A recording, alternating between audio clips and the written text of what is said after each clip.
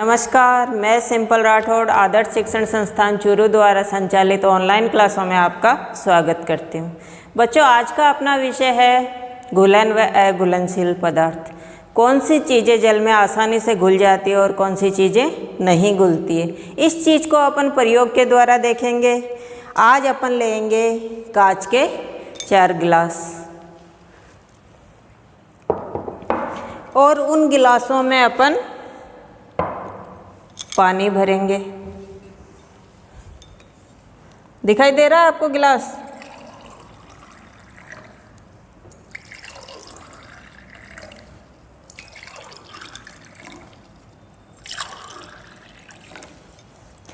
अब आपको अभी बिल्कुल सादा पानी दिखाई दे रहा है।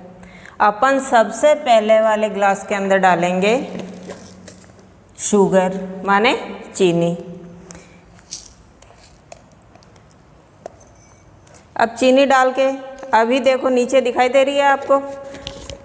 थोड़ी देर के बाद में क्या होगा, ये पानी के अंदर घुल जाएगी।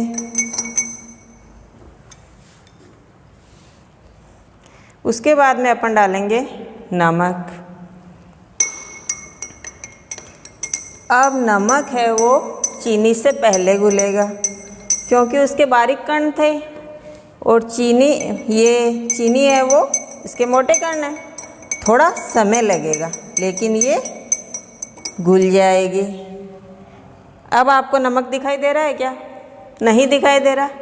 नमक है वो पानी के अंदर बिल्कुल विलय हो गया और चीनी थोड़ी दिखाई दे रही है। उसके बाद में ये धीरे धीरे ये दाने घुल जाएंगे। इसके बाद में अपन डालेंगे मिट्टी। आपको गिलास में ये मिट्टी दिखाई दे रही है? अब अपन इस गिलास में डालेंगे मिट्टी।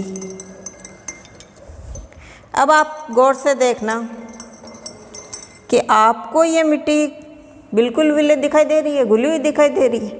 देखो, नमक आपको कहीं दिखाई नहीं दे रहा लेकिन मिट्टी आपको दिखाई दे रही है क्योंकि मिट्टी के कण है वो मोटे होते हैं।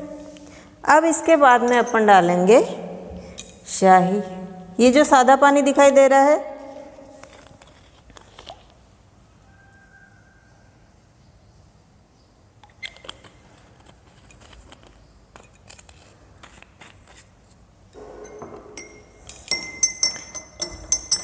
अब ये पूरे पानी के अंदर घुल गई और आपको ये पानी लाल दिखाई देने लगा, जैसे शरबत हो वैसा दिखाई दे रहा है ना।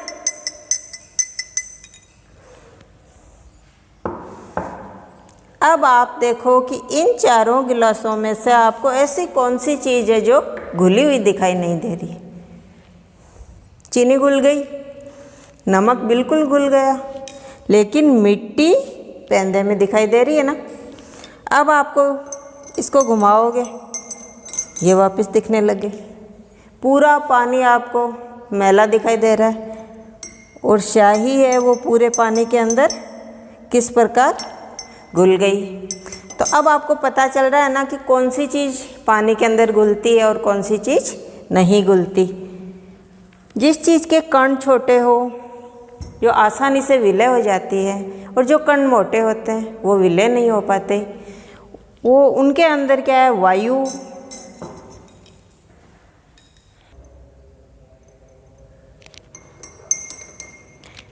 अब आपको दिखाई दे रहा है।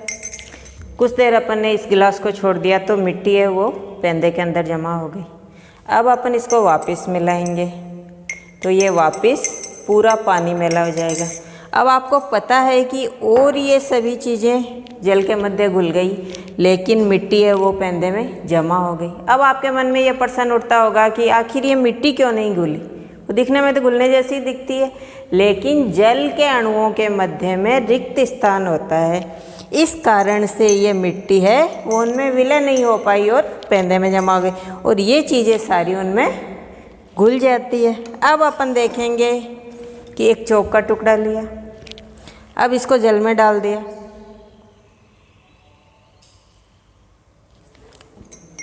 अब इसको चम्मच से हिलाओ, क्या ये घुलेगी? नहीं घुली ना।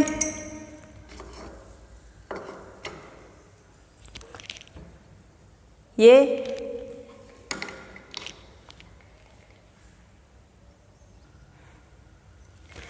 अब आपको दिखाई दे रही है ये चोक है वो ग्लास के पेंदे में, ये घुली हुई नहीं दिखाई दे रही है ना। चीनी भी घुल गई, नमक भी घुल गया, मिट्टी है वो पेंदे में जमा हो गई और स्याही है वो घुल गई। अब आप भी ऐसे छोटे छोटे प्रयोग करके देखना कि कौन सी चीज़ें घुल सकती है कौन सी नहीं। लेकिन आप अपनी मम्मी के निरीक्षण में ये कार्य करना। ऐसा नहीं है कि अपने आप ही बैठ जाओ किचन में घोलने के लिए, ऐसा कार्य नहीं करना।